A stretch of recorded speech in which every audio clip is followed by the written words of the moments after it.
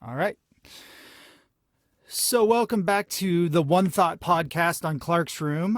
Today, I have the great honor of interviewing one Mr. Michael Kelley. Full disclosure, he's one of my teachers at my site. And so, Mike, where do you teach and what do you teach? I teach at Chilton Middle School, and I am doing the sixth grade math and science. And I also teach one elective called Science Exploration, which is just kind of looking at the engineering process to build some fun stuff.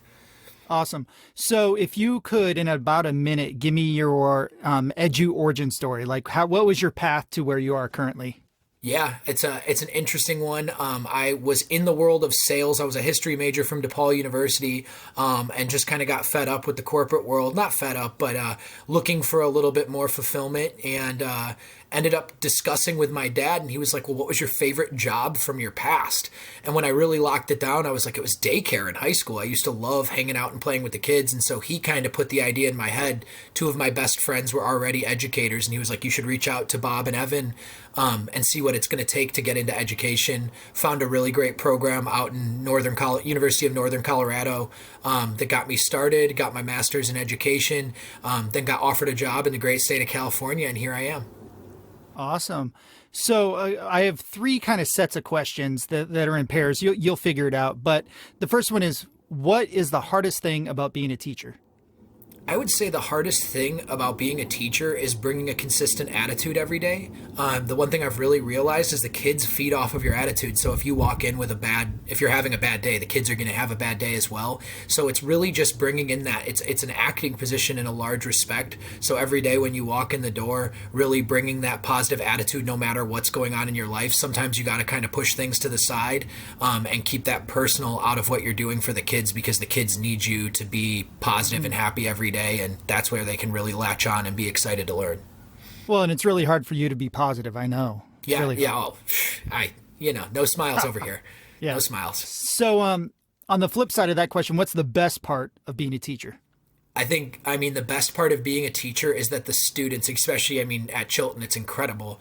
The students make that first part pretty easy most days, because you have so many kids who are coming in who are just excited to see you and pumped up to be learning about fractions and stuff that as a kid, at least I was never so excited about. So it's pretty easy to find that fulfillment and be like, you know what, if they're excited about learning fractions, I better step my game up and throw a smile on for the day. So it's really nice to have that ability every day to see so many positive smiling faces. It's really easy to be in a good mood.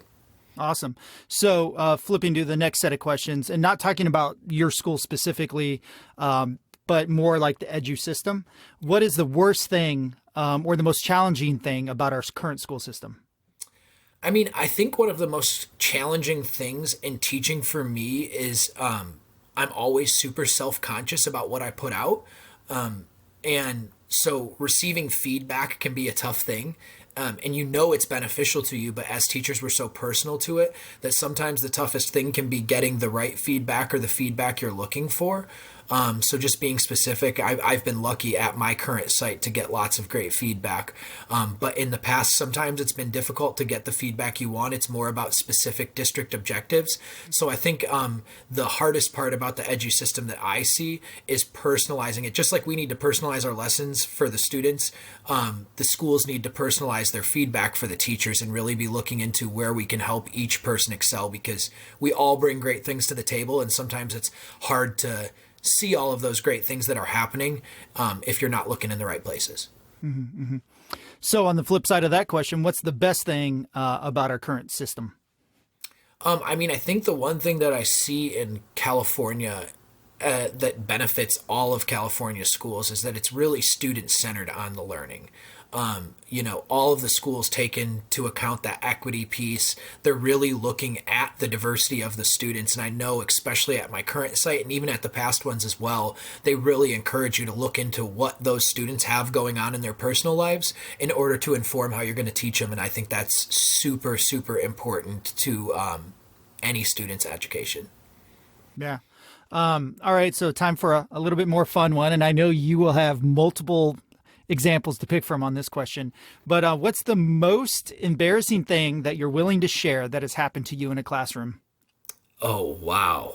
And I've already seen a few this year, so I was going to say, I mean, every day there's some major embarrassments. I'm trying to think of the most embarrassing. I know I've had, so in like my paw reading class, we're supposed to be silent reading. And occasionally I've had, an administrator or two stop in where I may be starting a chant or having the class doing something that's very not silent reading. So those are always those moments where I feel like I've got pie on my face and I try to pull that real quick, like, all right, everybody get out a book, and be real strict. But there's probably more embarrassing. I would really just need to think through the Rolodex of moments. The students are always catching me at Chilton. We have some real high level mathematicians. So occasionally, I'll make a simple multiplication error and they'll kind of let me go through the problem. And then at the end, you'll get that hand that goes up that's like, hey, Mr. Kelley, you did that first part wrong. And so those are always slightly embarrassing. But I think it's always good when the students can see you fail because it really makes you relatable to them. So I try to use those moments to be like, hey, I messed up. Should have been a little more careful in my planning and had those answers written out. But I'm sure there's more embarrassing ones I can think of. You should probably share some of your stories if you got any good ones. But, there's embarrassing moments every day. But I think as long as you let those moments be learning opportunities, they turn into a really great way to connect with the students.